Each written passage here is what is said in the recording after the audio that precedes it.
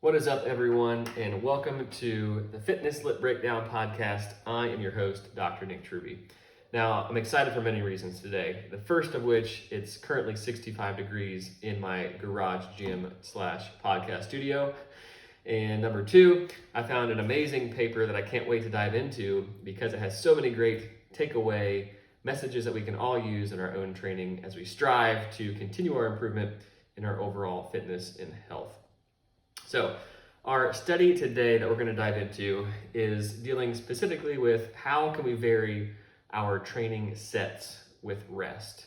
Now, I think we all have some understanding of, depending on how long a set is, whether it's 2 reps or 5 reps or 12 reps or 20 reps, usually the longer that set is, repetitions wise, or the heavier we're lifting, we tend to need more rest after, right? I think that's kind of well-known data out there. The more work we do, the more rest we need before we can go back and do another set of exercise. So this paper looks specifically at, can we compare what's kind of seen as the traditional sense of rest and work, like doing a set of 12 repetitions and maybe resting for X number of minutes before going back to 12 repetitions? Or can we kind of mix that up a little bit and redistribute the amount of rest and work we're doing, still doing the same amount of work, still having the same amount of rest, but maybe doing 3 or 4 reps, resting for a brief time, doing 3 or 4 more reps, resting for a brief time, and so on. So I'll dive into the specifics of what this paper looked at, so to not confuse anybody, but understand that we're still dealing with the same amount of work and the same amount of overall training time, and how that may affect our ability to improve power, or how fast we can move something, or strength, or our fatigability, how long it takes us to fatigue, or maybe a combination of all three, okay? So this study looks at the efficacy of rest redistribution during squats, and we're looking at it in considering things like strength, how quickly we can move something, aka power, and if there's any difference between sexes. And sex in this instance would be the biological difference between a male and a female, okay? So keep that in mind as we're dealing specifically with all those variables talking today. Now, when you look at power production, because this is going to be tracked throughout this investigation as we talk about it, power, I don't want you to think of power in the sense of like watching a high-performing athlete on TV, or watching a very like a strongman competition where a person is producing a lot of force. Power, I think, gets almost a misinterpretation of how we think about it in its application in the common person. So power, like we've talked about in previous episodes of this podcast, is force times distance divided by time. Force is the weight you're lifting. The distance is how far you're going to lift that weight, right? If you're doing a squat, when you're standing up or lowering. And time, obviously, is how long it takes you to perform each rep. Now, like we've talked before, if you can do it faster, even if you don't change how much you're lifting, you've produced more power, right? Decrease the amount of time, you increase the amount of power you produce.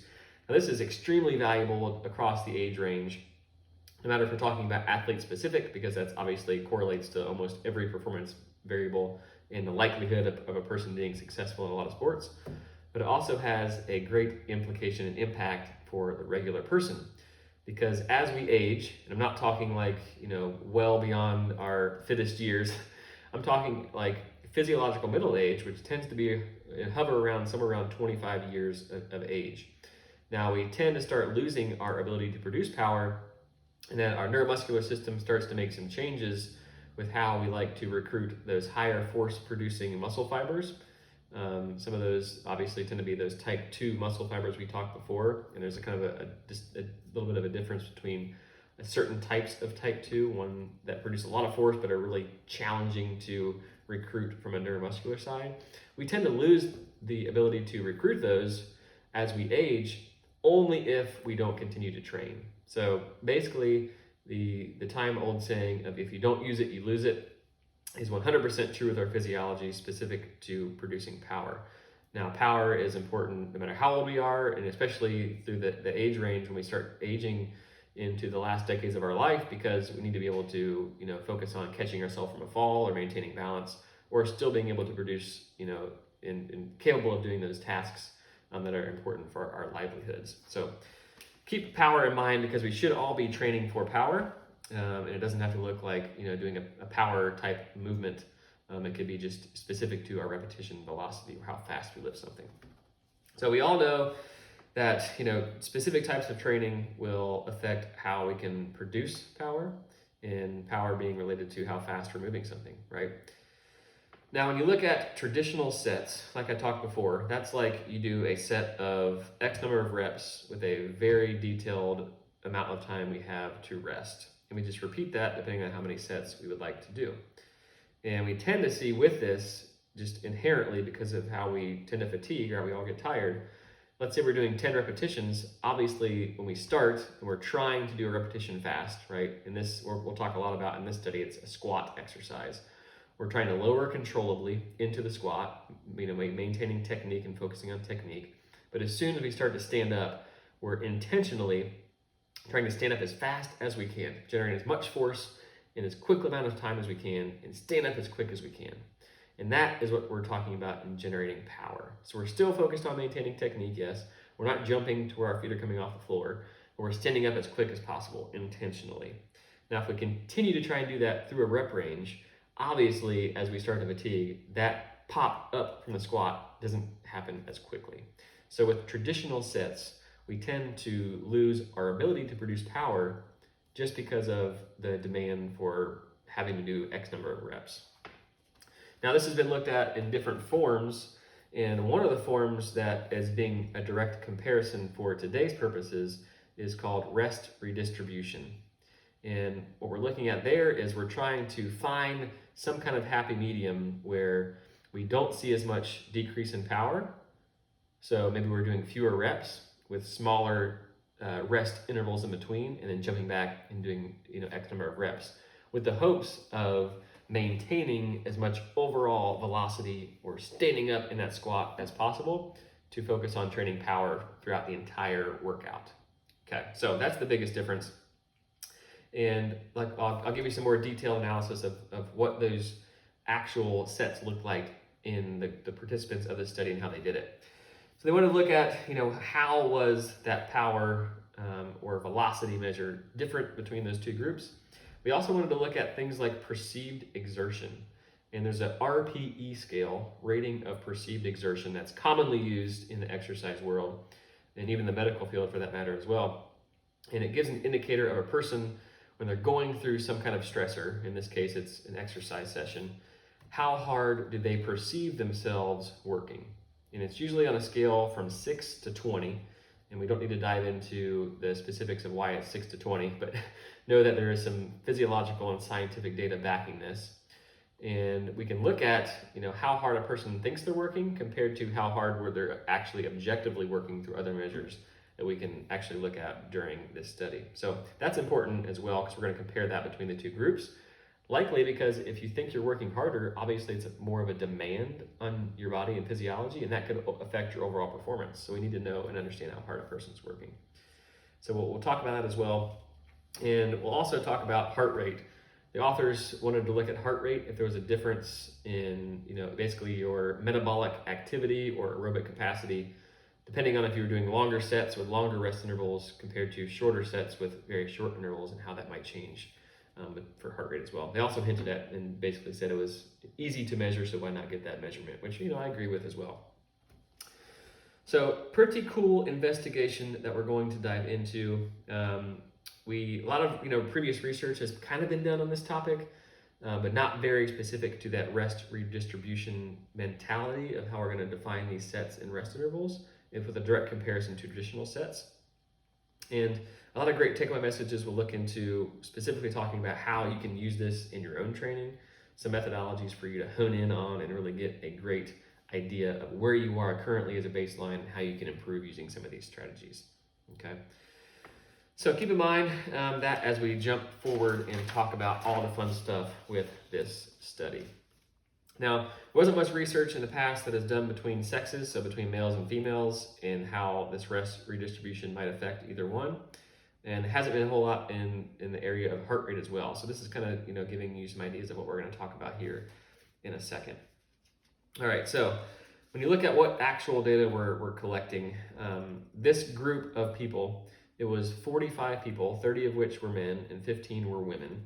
So not an equal representation of males and females, but a pretty decent size and range of abilities. And they were all considered resistance trained. And I think the average training years of experience are between 3.5 to 5 years. So pretty good in terms of overall duration of how long this person has been consistent with their training. If you look at the strength capacity of these people, the average 1 rep max for the men in the study was around 290 pounds for the squat. That's pretty good, right? It's a pretty fit person. And for the women involved, it was 183 pounds. So that's pretty dang good too, as well, for these gals involved in the study. Now, obviously, that's a pretty wide range and difference between strength measures, and you probably would imagine that just from looking at fit individuals on the street between men and women. But they also broke that down and looked at it in the sense of a relative strength ratio, RSR, they called it. And all that was they looked at this person's 1 repetition maximum and divided that by their body weight. And when we did that, it almost, created an equal playing ground for both men and women. And their ratios were 1.64 to 1.34 respectively between men and women. So not a very huge difference once you normalize this. Normalize means we just divided by their body weight from how much they're lifting one time, and found that they're almost equally matched as far as power to weight ratio. They were both pretty fit groups. Percent body fat average was 18% and 25% between the two. Now that may seem like a high number, but for an active person, that's pretty normal. Maybe a little bit less. You might start seeing some really defined abs and things like that. If you're kind of wondering what that would look like, maybe around 12 to 13% for a male, you would start looking at really seeing a definition, and probably somewhere around that 15 to 18% range for females. So very, very fit individuals in this study, which I think is important because we can really see differences between the two ways of how their sets were organized, because typically fitter individuals have some capacity of resisting fatigue. And I think that's important to look at here as well, because it'll really give us a detailed analysis of which may be better in terms of a methodology for how you're going to organize your sets and rest intervals. Okay, so the primary purpose was to look at the difference between a traditional set group, and I think a key difference here before I jump into that as well was these 45 individuals, right, the 30 males and 15 females, did both of these different types of strategies. So they essentially came into the lab on the first day, and they did a 1 repetition maximum protocol, which I'll talk about in a second because I think it's valuable for you to understand how they did this. And then they came in on another day and did the traditional set protocol, okay? And the traditional set protocol was 4 sets of 10 repetitions with a 3-minute rest interval between sets. So they did 10 reps, 3-minute rest, 10 reps, 3-minute rest, and so on at 65% of that 1 repetition maximum. So the first time they came in, they did a 1 rep max, got that data, took off. The next time they came in, they either did that protocol, which I just explained, or that rest redistribution protocol, which was 10 sets of 4 repetitions, but only a 1-minute rest in between sets, right? So they did 4 reps, 1-minute rest, 4 reps, 1-minute rest for 10 sets. And believe it or not, which is really cool, I think this is the really most important factor of this, overall amount of work was the same, because they both, either way you did it, you did 40 repetitions, and either way you did it, you had the exact same amount of time according to rest. Okay, so when you look at those numbers and break them down, rest was the same, overall work was the same, but the way in which you organized that was different. So we're not talking about adding training time here, because I don't think anybody has or wants to increase the amount of time they're spending training. So this is the exact same amount of time with your training, so you're not changing that at all, okay? So they came in the 1 repetition maximum protocol. I think this is a different one that I'm familiar with, but there's a lot of different ways to do it. And this is something that you can try in your own training because it's a safe, effective way to do this. And there's some physiological things you can capitalize on here as well. So all the people came in, they did a quick 5-minute aerobic, just a very, a cycling protocol at like 50% of the person's effort just to get some blood flowing. Did a dynamic warm up and did a squat specific warm up as well. And then they started with 20 kilograms squat for 8 reps. And that's just the barbell, which is around 44 to 45 pounds. And then they started to increase their weight each time. So then they performed 3 reps at around 50% of their 1 rep max. Then they did 2 reps, somewhere between 50 and 80% of their 1 rep max. And then they started to go above that, above 80%, and started adding weight very gradually and just doing 1 rep at a time. So a strategy you can probably apply is just pick a resistance you're very comfortable with and that you can do easily for 10 or 12 times and just rep those out. Take a 2-minute rest break, increase the resistance, something that you can probably do 5 or 6 times, challenging 5 or 6 times. Take a 2-minute break, increase the resistance, something you can do 2 or 3 times that you're confident you can get 2 or 3 times. Take a 2-minute break, then start adding resistance to where you think you can do 1 time. And do it once. If you feel like you had more gas in the tank, 2-minute break, add a little bit more weight on, try it again until you finally get to the point where you can't get any more.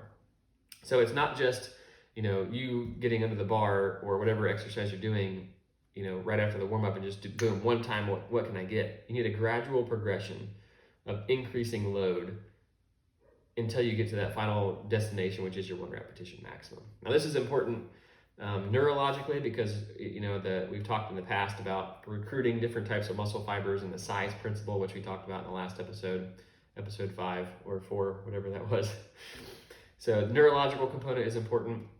When you look inside of the muscle as well, believe it or not, there's calcium released during muscle activity, and the calcium basically has to be there before any tension can take place within the muscle. Tension meaning actual forces being produced and you can move things.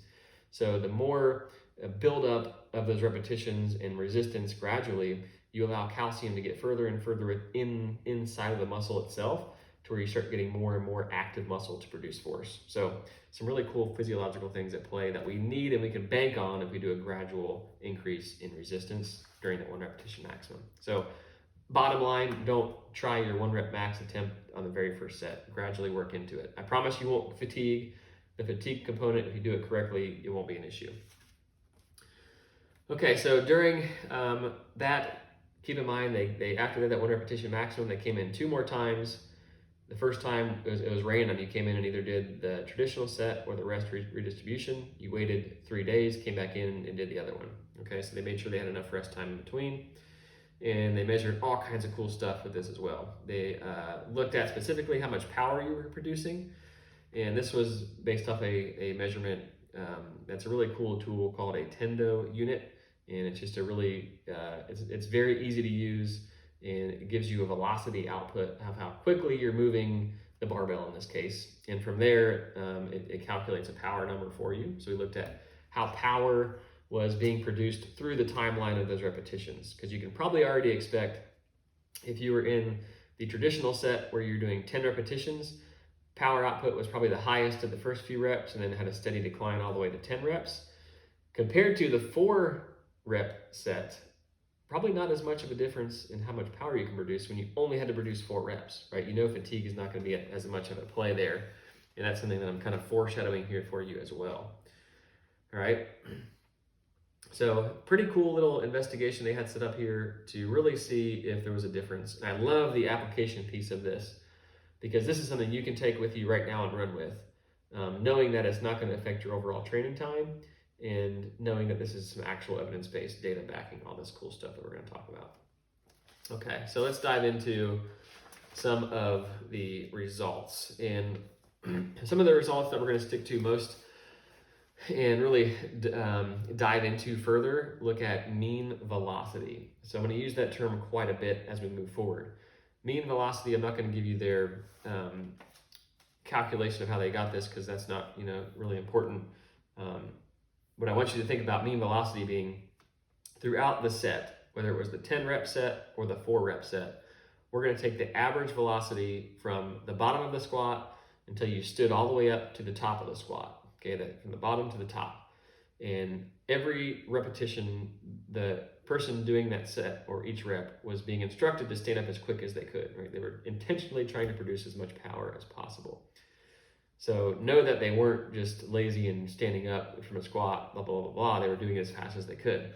So we looked at mean velocity over the set, and we looked at mean velocity and broke it down a couple different ways, comparing earlier sets to later sets and then total sets. Okay, so that's something that's really important, because we need to understand if velocity slows down during these sets and comparing the two, that means overall power output is decreasing as well, right? Because that velocity component is the important component of what's actually producing the power.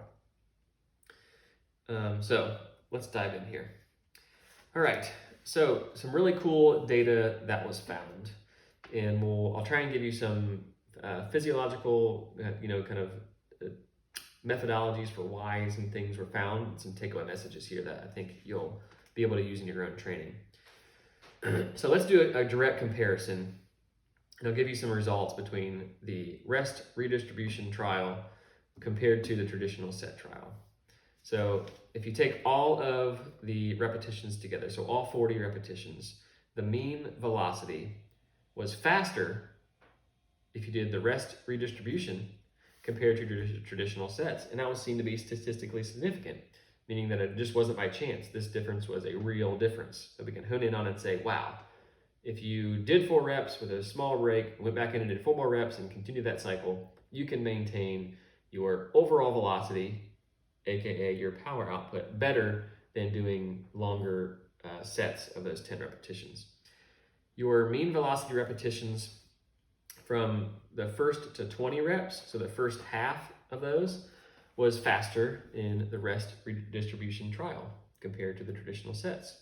Also significant. Here's the big kicker. I think this is one of the coolest takeaway messages here. If we look at reps 21 to 40 between the two trials, rest redistribution and traditional sets, there was a difference, obviously, right? We could probably predict that rest redistribution was faster and didn't lose as much of its mean velocity over that time trial. But the difference between the two got larger, meaning that the traditional sets, those last 2 sets of 10, overall mean velocity of that person standing up as quick as they can from the bottom of the squat decreased even more. Compared to the last 20 repetitions, if you're doing the rest redistribution trial, that difference barely decreased from the overall average and almost identical compared to the average mean velocity. So essentially saying you are almost able to maintain your average velocity of standing up from rep 1 to rep 40 if you do the rest redistribution, compared to a traditional set of doing 4 sets of 10 reps. You really start to see decreases in your ability to stand up as quick as possible. Okay, so if power and velocity is the focus of that training session, perhaps doing a rest redistribution strategy could be best, because you can really focus on that active velocity with each rep during each set compared to fatiguing throughout that process. So that's an awesome takeaway message right there. And we can look at it as well from the decline of your mean velocity, all those things, but the rest redistribution tactic tends to outweigh all of those things when you're looking at power production compared to using traditional sets. Okay, so that's an awesome takeaway message right away. Now we can look at because I mentioned before, we wanted to see if there's a difference between sexes, right? And if you look at that specifically, not much was seen if you were a male or a female in your capacity to produce force, how quickly you could produce force, and how much you fatigued. It was essentially the same statistically between the two sexes. So I'm not very surprised by that, because they were almost identically matched for strength, relative strength, based on how much they weighed and how much they could do one time in their 1 rep max, right? They had very similar training experience. So this is not a conundrum to me. You can almost expect that to happen. Some really neat findings started to show up when you looked specifically at that relative strength ratio, your 1 rep max divided by how much you weigh. And this is some fun stuff that we can dive into here. So if your relative strength ratio was somewhere between 1.25 to 1.5, so you can calculate this on yourself just for fun, right? If you know your 1 rep max, divide by your body weight. If it's between 1.25 and 1.5, that group in specific, which there were 17 people that fit in that category, had the best relative strength ratio in terms of maintaining that average velocity number. I'll say that again. So if your relative strength ratio is somewhere between 1.25 and 1.5, that group saw the best ability to maintain their mean velocity throughout the 40 repetitions. Okay? No matter if you did the rest redistribution or if you did the traditional sets. Obviously, it was better if you did rest redistribution compared to traditional sets. But here's the big kicker. If your relative strength ratio was greater than 1.75, you saw the lowest ability to maintain that mean or average velocity. So you saw the biggest decrease in the velocity that you were able to produce standing up from that squat throughout that 40 rep range. If you took the average, you saw the biggest difference, meaning you dropped your velocity the most. And why is that? We almost have to look at physics in one way. And if you look at Newton's first law of motion dealing with inertia, and this deals with heavier objects with more mass or more matter tend to be harder to accelerate, right? Harder to go from 0 to 60, and also harder to stop and go from 60 to 0 compared to things that are lighter. It's almost like if you look at a space shuttle. Yes, it has a bajillion horsepower, but it weighs so much that at takeoff, it almost seems like it hovers and stops for a second before we start to see a gradual increase in how fast that thing travels out into space. So just based off of pure physics, if you're lifting something heavier, no matter how strong you are, if the heavier and heavier and heavier it gets, obviously it's going to have an effect on how fast you can lift it.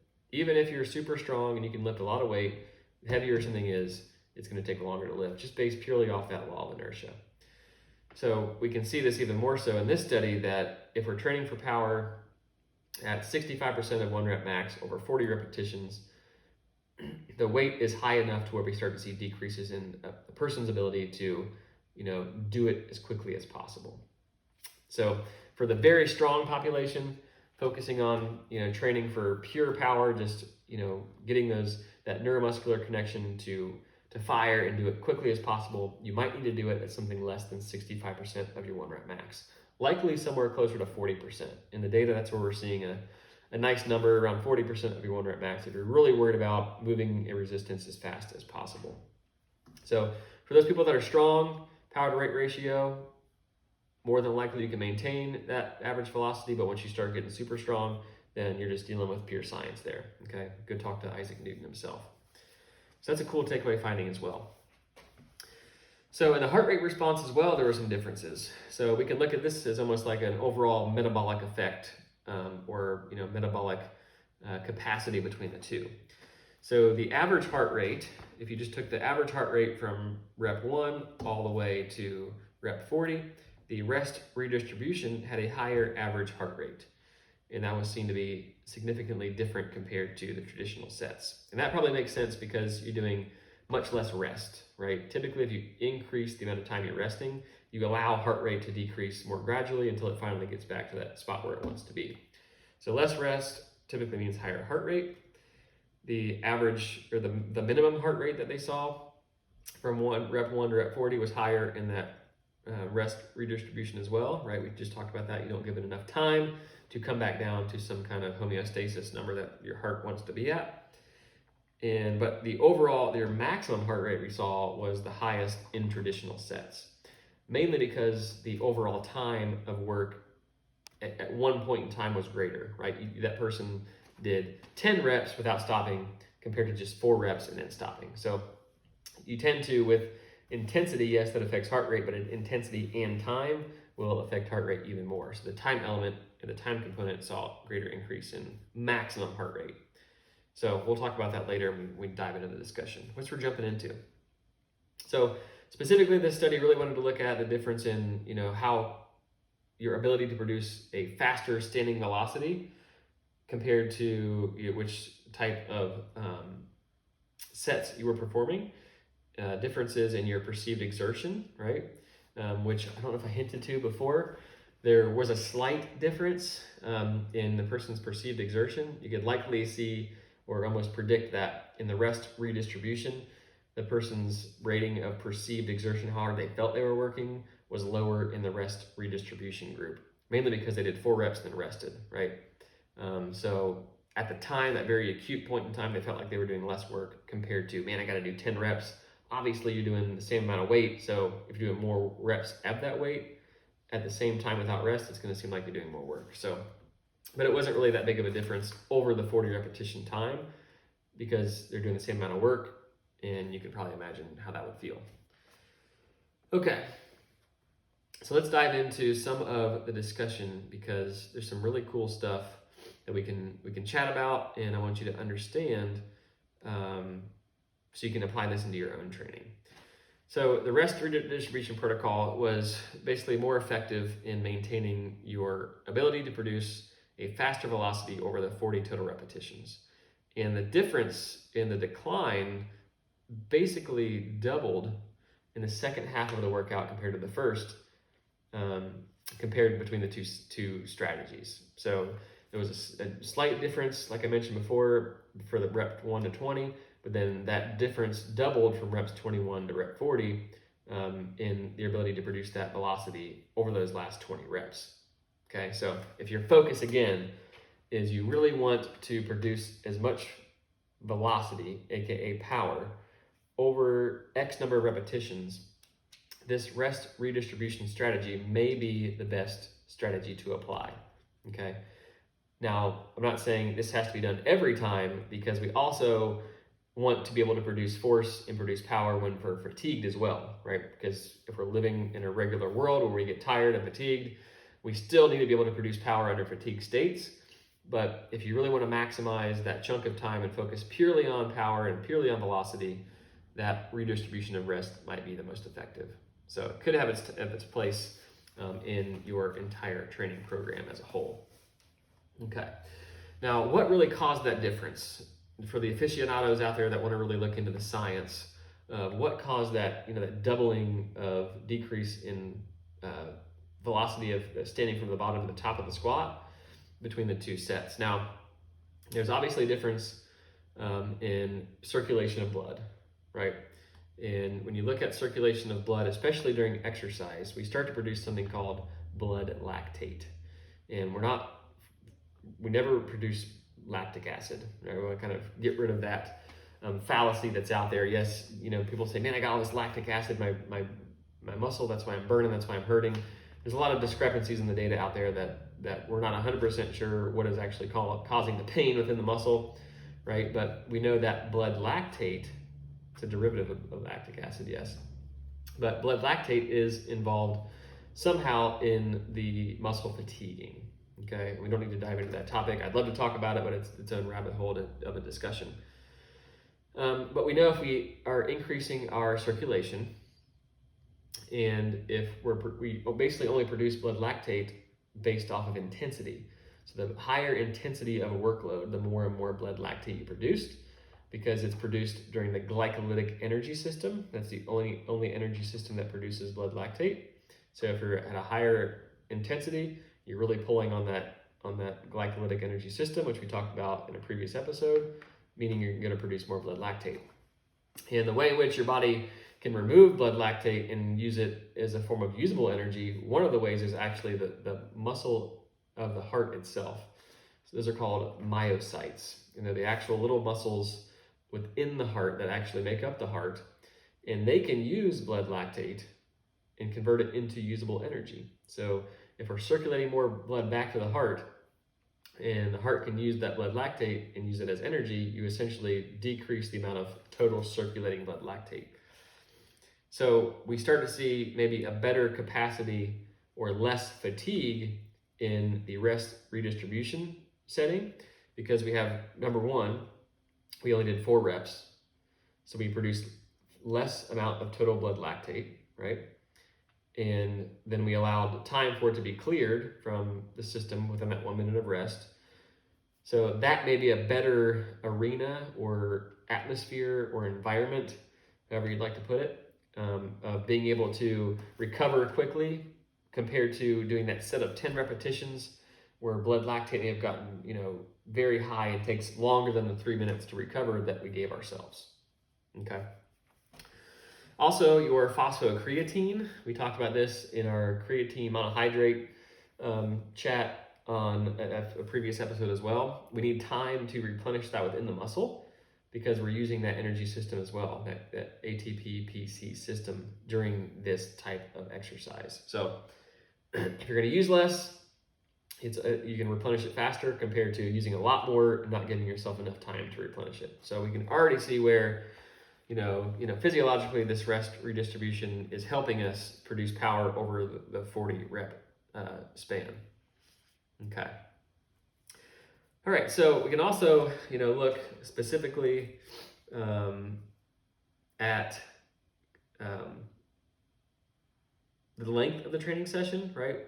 We know it is exactly the same. So the exact same amount of time is being done, the exact same amount of work is being done, but we can look at this specifically, and they found a real interesting finding here, even though it wasn't really statistically different, between squat depth. Now you can likely imagine that even though it's being watched very specifically by a certified person in the room for each one of these individuals, squat depth was actually deeper in the rest redistribution group compared to the traditional set group.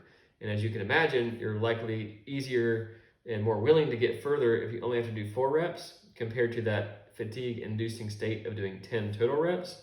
Just subconsciously, you're not going to go down as far, right? Now, like I said before, all those squats were still deemed efficient and acceptable by the professional watching the exercise take place. But when you look under a microscope, the person or the group doing that rest redistribution got a little bit further. And that translates over time to actually doing more work, right? Because you did more total distance of travel, force times distance divided by time, compared to the other group. So keep that in mind as well, that if you're really focusing on things like mobility and improving strength through the full range of motion of an exercise, this could also be a tactic that you could use for maybe changing up that redistribution of rest compared to a traditional set. So yes, we can maybe focus and maximize our velocity. Yes, we can perhaps improve our range of motion while under a resistance through a fuller and greater range of motion by doing that strategy as well. Okay. So lots of different stuff and cool stuff out there that we talked about, and I think you can take away from this as well. Now, the last one, we already said that there was really no difference between males and females. If we look specifically at heart rate, right, during that entire protocol, we saw a higher maximal heart rate of doing traditional sets, and that was very kind of acutely, right, during that set of 10 reps. You're just doing more work over a longer period of time. Just doing those 10 reps, your heart rate kept continuing to increase compared to just doing those 4 sets, but you had a higher average heart rate doing a rest redistribution. So there's some give and take there between which one was more metabolically challenging. I think that argument can go either way, because yes, the traditional sets it kind of reached higher and higher into your overall capacity, but it just overall time may have been at a difference there as well when you think about heart rate being higher over time. So either way, I think there's place and time for both of these strategies in your training protocol. All right, so let's hammer down in the last few minutes here some really practical application and takeaway messages that I want you guys to be certain and maybe even try and use in your own training. So the subjects in the study were able to maintain their velocity with that rest redistribution compared to traditional sets much better, right? They perceived doing less work, even though they did the exact same amount of work, and they were able to get into greater squatting depths from rep 1 all the way through to rep 40. Okay, I think those are some great take-home messages right there. Like I said before, I think there obviously is the need to, hey, let's see how much power we can produce, how fast we can move something under a fatigue state as well. But, keep in mind that you need to be very sound in your technique there as well, because I don't want you doing any kind of crazy maneuvers to get the weight from point A to point B if it's not very efficient or effective in your strategy. We also saw that if you're a super strong individual, right, if you're 1 rep max divided by your body weight, that little ratio we looked at before was greater than 1.75, this strategy might not work for you, as well as if you're lesser than that, mainly because you're lifting a higher resistance, and then you're dealing with the law of inertia at that point in time. And a great takeaway message here, I always like to bring it up, no difference between sexes, right? Muscle is muscle. Neuromuscular connections are neuromuscular connections. They know no difference between gender, or sex in this case, right?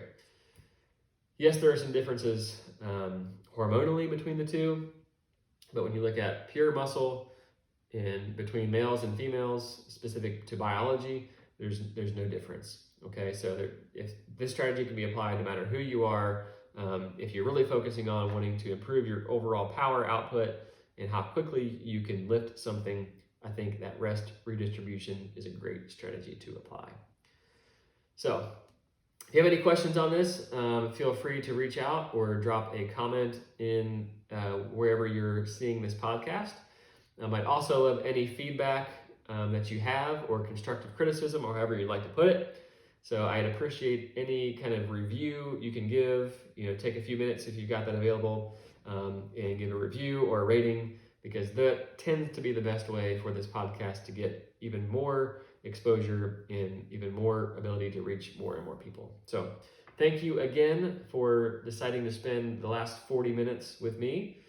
And I'll be back again next week with another episode for you guys. Thanks again, guys.